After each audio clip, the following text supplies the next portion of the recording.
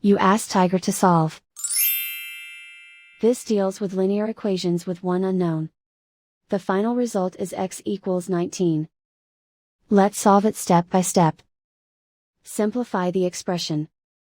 Expand the parentheses. Multiply the coefficients. Simplify the arithmetic.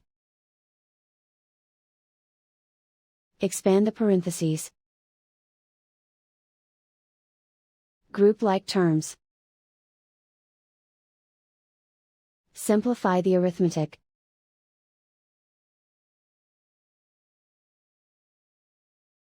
Group all constants on the right side of the equation.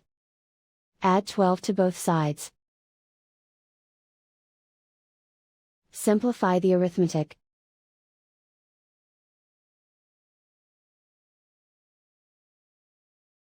And so the final result is x equals 19.